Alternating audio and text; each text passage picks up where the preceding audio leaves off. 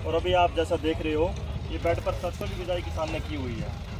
तो सरसों की बिजाई पहले भी किसान करते आ रहे हैं, लेकिन बेड तकनीक पर जो सरसों की बिजाई की है, जोनी जी कितना इसमें आपने सीड लगाया और किस तरीके से आपने बेड पर इस सरसों की बिजाई की हुई है और कितना एरिया है ये हमारा 1 एकड़ का जो प्लॉट है ना जी, इसमें हमने मात्र आधा किलो सीड लगाया था और बेड प्लांटिंग की थी। उसमें बिल्कुल सॉफ्ट तरीके से हमने बेड प्लांटिंग की। पहले हमने बेडों को तैयार किया और पानी लगाने से पहले उनके ऊपर हमने हल्का छिटा हाथ से दे के बाद में पानी लगा दिया। और आपके सामने है, ये हमारी 45 दिन की फसल है। यहाँ आप अगर देखोगे, यहाँ हमने इसकी कटिंग कर दी है। और अगर आप दूसरी तरफ दिखाओगे, किसान ने सरसों के ऊपर से कटिंग भी कर रखी है, तो इस कटिंग का क्या फायदा है फसल में? इस कटिंग को डॉक्टर साहब हम 2G कटिंग कहते हैं। 2G कटिंग का मतलब है सेकंड जनरेशन। जब हम फर्स्ट जनरेशन को काट देते हैं तो पौधा अपनी रिकवरी के लिए सेकंड जनरेशन को जन्म देता है। और वो सेकंड जनरेशन पहली जनरेशन से कहीं ज़्यादा ताकतवर, हेल्दी और ज़्यादा होती है, क्योंकि प्रकृति का नियम है कि वो किसी भी चीज़ को मरने नहीं देती, वो उसको दुगना करके पैदा करती है। तो हमारी सरसों में जो हम इसे गांडल तुड़ाई भी कह देते हैं देसी भाषा में, हमारे बुजुर्ग बड़े करा करते थे, लेकिन आज हम तकनीकों को छोड़ के उर्वरकों के पीछे दौड़ पड़े हैं, जबकि तकनीकें आज भी उतनी ही कारगर हैं अगर हम उनको अपनाते हैं। जैसे हम सरसों की समतल खेतों में बिजाई करते हैं और अभी बेड पर बिजाई कर रखी है, तो इसमें कितना फर्क रहता है पैदावार में भी?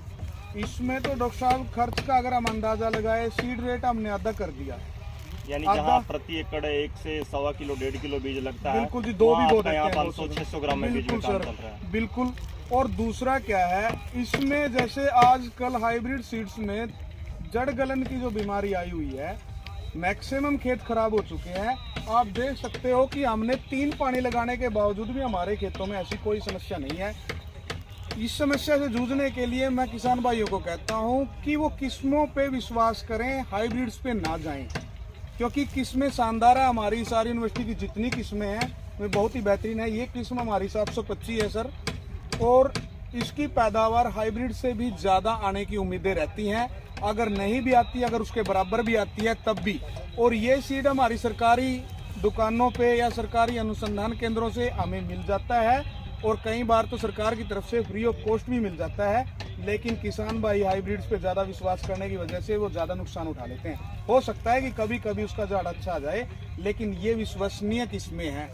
और इस 2G कटिंग के बाद इसकी जो सेकंड जनरेशन की जो फलियां आएगी, उनके अंदर जो दाना बनेगा उसमें तेल की मात्रा भी बढ़ेगी और उनका साइज भी बढ़ेगा। यानी जो आम खेतों में हम बिजाई करते हैं और एक बेड पर हमने बिजाई की हुई है और उसके बाद इसकी 2G कटिंग हमने कर रखी है, तो इससे पैदावार में जो 10 से 20% इजाफा देखने को बिल्कुल सर, इसमें 10 से 20 से लेकर 40% तक का बढ़वार हमने देखी हुई है, क्योंकि हम तो तकनीक के ही ऊपर चलते हैं।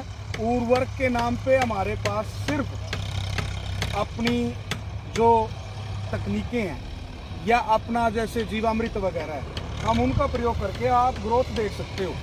तो खाद के रूप में जो आप देते हो इसमें, जैसे रासायनिक खेती में यूरिया DAP का यूज़ करते हैं, तो जो आपकी जितनी भी मल्चिंग तकनीक से गेहूँ है, बेड पे सरसों है, बेड पे गेहूँ की बिजाई है, खाद के रूप में आप इसमें क्या क्या चीज़ें डाल रहे हो? इनमें डॉक्टर साहब हम खाद के रूप में पहले 15-15 किलो सूर्यमुखी फल का चूर्ण डालने के बाद, उसके बाद हम जीवामृत और अपने द्वारा बनाया गया प्राकृतिक NPK, दूध की, लस्सी की, और एक हमने अपना पिछली बार एक स्प्रे बनाया था लौंग, दालचीनी और रतन जोत से, जो बहुत एनर्जेटिक है, उनकी स्प्रे करते हैं, जिससे कि हमारे उत्पाद में टेस्ट भी पैदा हो और ताकत भी, ताकि खाने वाला जो भी शख्स उसको खाए वो हेल्दी महसूस करे। और वैसे भी खाने का काम हमारे शरीर को स्वस्थ रखना है, बीमार करना नहीं है। लेकिन अगर आम खेतों में अगर हम पेस्टिसाइड के यूज़ को देखें तो वो अनाज बीमार करने वाला है, ना कि स्वस्थ देने। तो जो रासायनिक खेती किसान हमारे कर रहे हैं, उनके लिए आपका एक क्या मैसेज रहेगा? जो प्राकृतिक मैं रासायनिक खेती करने वाले किसान भाइयों को हाथ जोड़ के प्रार्थना करता हूं कि अब वो समय आ गया है कि जब हमने बदलाव की ज़रूरत है। अब हमारे देश में अनाज की कोई कमी नहीं है और हमें इतना अनाज पैदा करने की ज़रूरत नहीं है जो खाने लायक है ही नहीं। तो मैं उनको हाथ जोड़ के प्रार्थना करता हूं कि वो पहले अपने परिवार के लिए शुरू करें, जब उनका अनुभव बढ़े तो अपना एरिया बढ़ाएं। और एक किसान अगर 10 परिवारों को संभालेगा तो मेरा अंदाज़ा है कि 60% हमारे देश में किसान हैं तो अगर उन्होंने 10 परिवार संभाल लिए तो हमारा पूरे का पूरा देश सुरक्षित हो जाएगा। और जो एक बड़ा खर्च हमारा मेडिकल इश्यूज पे चला जाता है, चिकित्सा पे चला जाता है, हॉस्पिटल में चला जाता है, वो बच जाएगा। और हमारी आने वाली जो नस्लें हैं वो भी बचेंगे, ताकतवर होंगी। तो ये संदेश मैं हर किसान तक ये पहुँचे और उनमें बदलाव आए। और हाथ जोड़ के बार बार प्रार्थना है कि आज ही समय है कि वो अपने परिवार को बचाना शुरू करें, वरना फिर कुछ नहीं रहेगा और उसके बाद पछतावे के अलावा कुछ नहीं। ये हैं हमारे आज के किसान जोनी राणा जी, जो गांव बाता से बिलोंग करते हैं, खंड कलायत, जिला कैथल, हरियाणा से।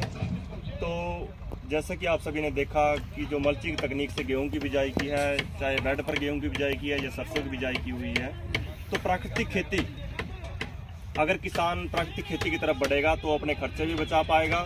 प्राकृतिक खेती के तहत रसायनों का कम से कम नामात्र बिल्कुल ही उपयोग नहीं है, ऑर्गेनिक में थोड़ा बहुत उपयोग होता है, लेकिन प्राकृतिक खेती में जो खेती होती है वो सभी जो प्रकृति की देन है, हमें पेड़ पौधे, जड़ी बूटियों से, हमारे जो पशु हैं, गाय के मूत्र से, गोबर से जीवामृत बनाकर, घन जीवामृत बनाकर, 10 परणी अर्क, नीमास्त्र, ब्रह्मास्त्र, इनके जरिए इन फसलों में खाद दी जाती है। और बिल्कुल ही नामात्र खर्चा जो है हमारा प्राकृतिक खेती पर आता है। और जो उत्पाद प्राकृतिक खेती से निकलते हैं वो बिल्कुल ही हमारे शुद्ध होते हैं, जो स्वास्थ्य के लिए भी हमारे बढ़िया हैं। और हमारा जो एनवायरनमेंट है, जब इसमें रसायनों का उपयोग नहीं होगा तो हमारा वातावरण है वो बिल्कुल ही शुद्ध रहेगा।